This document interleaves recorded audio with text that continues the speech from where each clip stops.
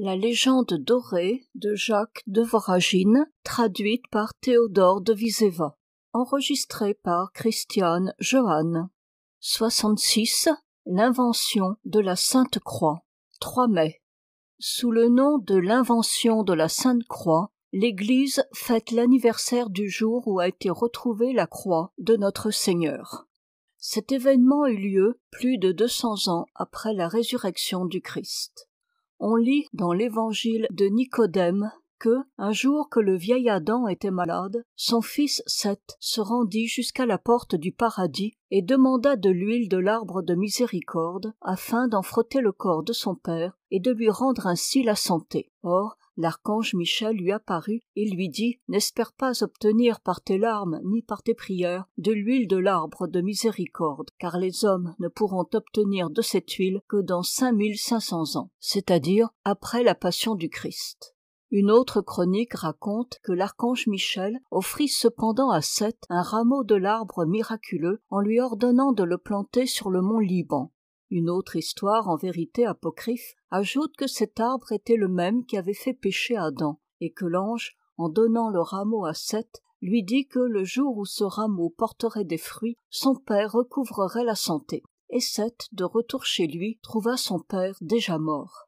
Il planta le rameau sur la tombe d'Adam, et le rameau devint un grand arbre qui vivait encore au temps de Salomon.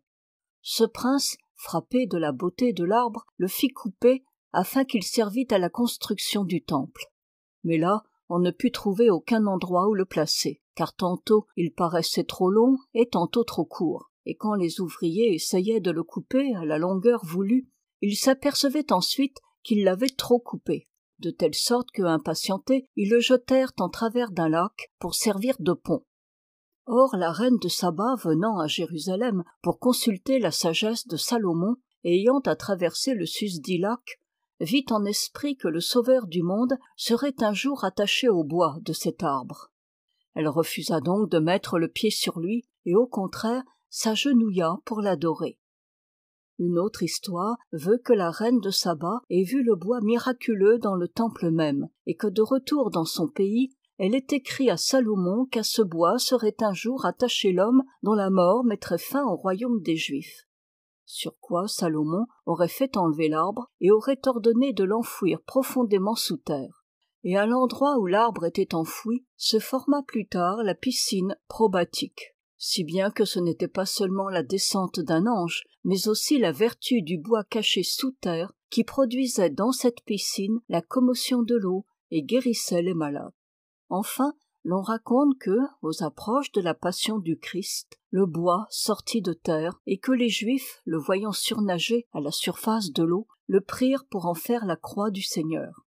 Mais la tradition affirme d'autre part que la croix du Christ fut faite de 4 bois différents, à savoir de palmier, de cyprès, d'olivier et de cèdre, chacune de ces espèces servant à l'une des 4 parties de la croix, c'est-à-dire la poutre verticale, l'horizontale, la tablette placée au sommet et le tronc soutenant la croix, ou encore, selon Grégoire de Tours, la tablette placée sous les pieds du Christ. Mais jusqu'à quel point sont vraies les diverses légendes que nous venons de rapporter, c'est ce dont le lecteur jugera par lui-même, car le fait est qu'on ne les trouve mentionnées dans aucune chronique ni histoire authentique. Après la passion du Christ, le bois précieux de la croix resta caché sous terre pendant plus de 200 ans. Il fut enfin retrouvé par Hélène, mère de l'empereur Constantin, dans les circonstances que nous allons raconter.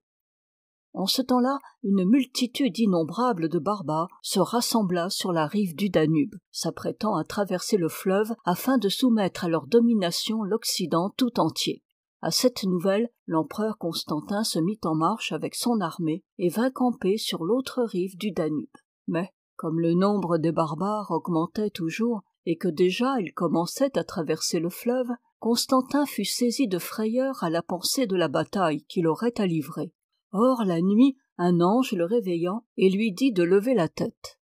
Et Constantin aperçut au ciel l'image d'une croix faite d'une lumière éclatante.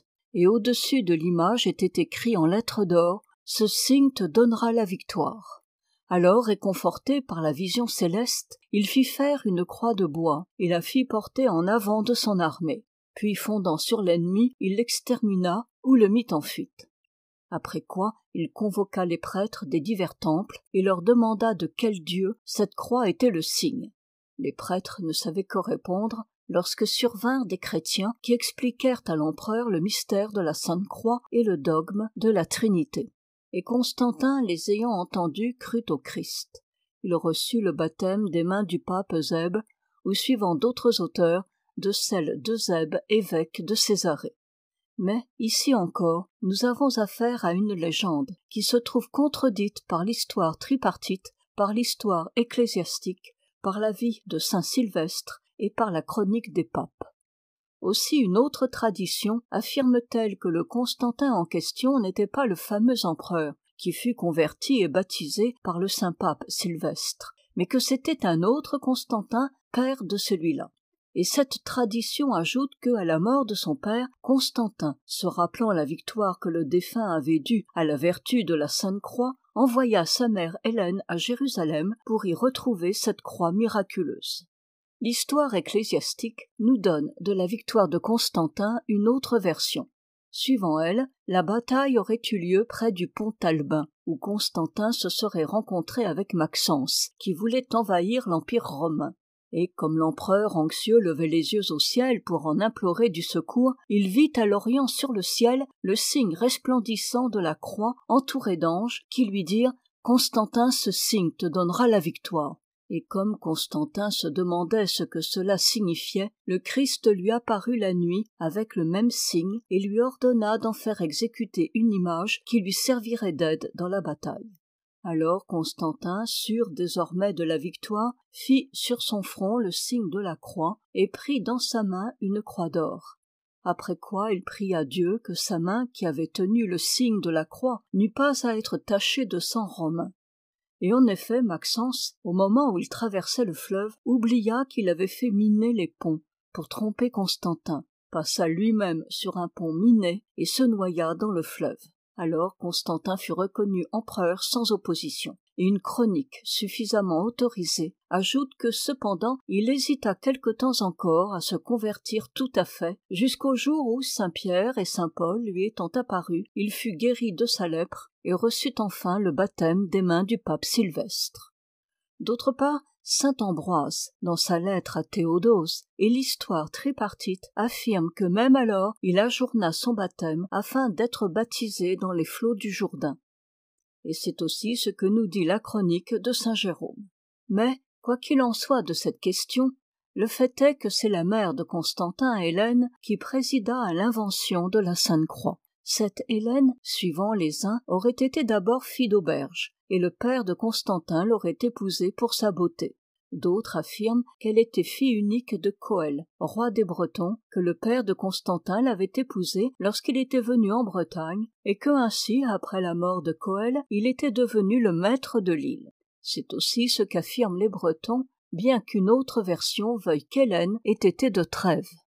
Arrivée à Jérusalem, Hélène fit mander devant elle tous les savants juifs de la région. Et ceux-ci, effrayés, se disaient l'un à l'autre: pour quel motif la reine peut-elle bien nous avoir convoqués? Alors l'un d'eux, nommé Judas, dit: je sais qu'elle veut apprendre de nous où se trouve le bois de la croix sur laquelle a été crucifié Jésus. Or mon aïeul Zachée a dit à mon père Simon, qui me l'a répété en mourant: mon fils, quand on t'interrogera sur la croix de Jésus, ne manque pas à révéler où elle se trouve, faute de quoi on te fera subir 1000 tourments. Et cependant ce jour-là sera la fin du règne des Juifs, et ceux-là régneront désormais qui adoreront la croix, car l'homme qu'on a crucifié était le Fils de Dieu. Et j'ai dit à mon père: mon père, si nos aïeux ont su que Jésus était le Fils de Dieu, pourquoi l'ont-ils crucifié? Et mon père m'a répondu: le Seigneur sait que mon père Zachée s'est toujours refusé à approuver leur conduite. Ce sont les pharisiens qui ont fait crucifier Jésus parce qu'ils dénonçaient leurs vices.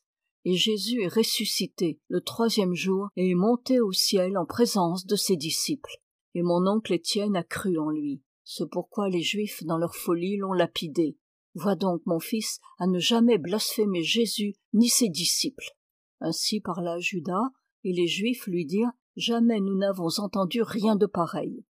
Mais lorsqu'ils se trouvèrent devant la reine, et que celle-ci leur demanda en quel lieu Jésus avait été crucifié, tous refusèrent de la renseigner, si bien qu'elle ordonna qu'ils fussent jetés au feu. Alors les Juifs, épouvantés, lui désignèrent Judas en disant « Princesse, cet homme-ci, fils d'un prophète, sait toutes choses mieux que nous, et te révélera ce que tu veux connaître. » Alors la reine les congédia tous, à l'exception de Judas, à qui elle dit « Choisis entre la vie et la mort. Si tu veux vivre, indique-moi le lieu qu'on appelle Golgotha, et dis-moi où je pourrai découvrir la croix du Christ. » Judas lui répondit « Comment le saurais-je, puisque 200 ans se sont écoulés depuis lors, et qu'à ce moment je n'étais pas né. » Et la reine « Je te ferai mourir de faim, si tu ne veux pas me dire la vérité. » Sur quoi elle fit jeter Judas dans un puits à sec, et défendit qu'on lui donnât aucune nourriture. Le 7e jour, Judas, épuisé par la faim, demanda à sortir du puits, promettant de révéler où était la croix. Et comme il arrivait à l'endroit où elle était cachée, il sentit dans l'air un merveilleux parfum d'aromates, de telle sorte que stupéfait, il s'écria « En vérité, Jésus, tu es le sauveur du monde !» Or, il y avait en ce lieu un temple de Vénus, qu'avait fait construire l'empereur Hadrien, de façon que quiconque y viendrait adorer le Christ parut en même temps adorer Vénus. Et pour ce motif, les chrétiens avaient cessé de fréquenter ce lieu. Mais Hélène fit raser le temple. Après quoi Judas commença lui-même à fouiller le sol et découvrit à 20 pas sous terre 3 croix qu'il fit aussitôt porter à la reine. Restait seulement à reconnaître celle de ces croix où avait été attaché le Christ. On les posa toutes 3 sur une grande place, et Judas, voyant passer le cadavre d'un jeune homme qu'on allait enterrer, arrêta le cortège et mit sur le cadavre l'une des croix puis une autre. Le cadavre restait toujours immobile. Alors Judas mit sur lui la 3e croix, et aussitôt le mort revint à la vie. D'autres historiens racontent que c'est Macaire, évêque de Jérusalem, qui reconnut la vraie croix en ravivant par elle une femme déjà presque morte. Et saint Ambroise affirme que Macaire reconnut la croix à l'inscription placée jadis par Pilate au-dessus d'elle. Judas se fit ensuite baptiser, prit le nom de Syriaque, et à la mort de Macaire fut ordonné évêque de Jérusalem. Or sainte Hélène, désirant avoir les clous qui avaient transpercé Jésus, demanda à l'évêque de les rechercher. Syriaque se rendit de nouveau sur le Golgotha et se mit en prière, et aussitôt, étincelants comme de l'or, se montrèrent les clous qu'il s'empressa de porter à la reine, et celle-ci, s'agenouillant et baissant la tête, les adora pieusement. Elle rapporta à son fils Constantin une partie de la croix, laissant l'autre partie dans l'endroit où elle l'avait trouvée. Elle donna également à son fils les clous qui, d'après Grégoire de Tours, étaient au nombre de 4. 2 de ces clous furent placés dans les freins dont Constantin se servait pour la guerre. Un 3e fut placé sur la statue de Constantin qui dominait la ville de Rome. Quant au 4e, Hélène le jeta elle-même dans la mer Adriatique, qui jusqu'alors avait été un gouffre dangereux pour les navigateurs, et c'est elle aussi qui ordonna qu'on fêtât tous les ans, en grande solennité, l'anniversaire de l'invention de la Sainte Croix. Le saint évêque Syriaque fut plus tard mis à mort par Julien l'Apostat, qui s'efforçait de détruire en tout lieu le signe de la croix. Julien, avant de partir pour la guerre contre les Perses, invita Syriaque à sacrifier aux idoles. Et, sur son refus, il lui fit couper la main droite en disant « Cette main a écrit bien des lettres qui ont détourné plus d'une âme du culte des dieux. » Mais l'évêque lui répondit « Insensé, tu me rends là un précieux service, car cette main était un scandale pour moi, ayant jadis écrit bien des lettres aux synagogues pour détourner les Juifs du culte du Christ. » Alors Julien lui fit verser dans la bouche du plomb fondu, et puis, l'ayant fait étendre sur un lit de fer, il fit jeter sur lui des charbons ardents mêlés de sel et de graisse. Syriaque cependant restait inflexible, et Julien lui dit « Si tu ne veux pas sacrifier aux dieux, proclame du moins que tu n'es pas chrétien. » Sur le refus de Syriaque, il le fit jeter parmi des serpents venimeux, mais aussitôt les serpents périrent, sans faire aucun mal à l'évêque. Julien le fit jeter dans une chaudière pleine d'huile bouillante. Et Syriaque, au moment d'y entrer, pria Dieu de lui accorder le second baptême du martyre. Sur quoi Julien, exaspéré, ordonna qu'on lui perçât la poitrine à coups de glaive, et c'est ainsi que le saint évêque rendit son âme à Dieu. Quant à la vertu souveraine de la Sainte Croix, elle nous est prouvée par l'histoire d'un pieux intendant que certain magicien conduisit par ruse dans un lieu où il avait évoqué les démons. L'intendant aperçut dans ce lieu un grand Éthiopien, assis sur un trône élevé et entouré d'autres noirs portant des lances et des verges. L'Éthiopien, qui était Lucifer lui-même, dit à l'intendant: « Si tu veux m'adorer et me servir et renier ton Christ, je te ferai asseoir à ma droite. » Mais l'intendant déclara qu'il préférait rester le serviteur du Christ.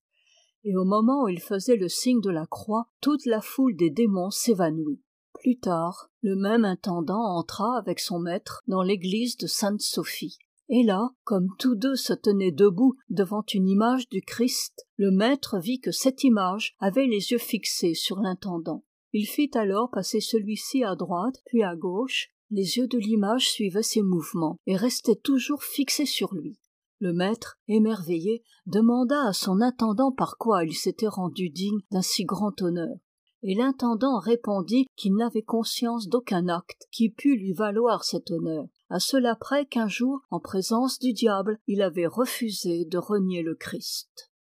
Ici se termine la légende dorée, chapitre 66, l'invention de la Sainte Croix.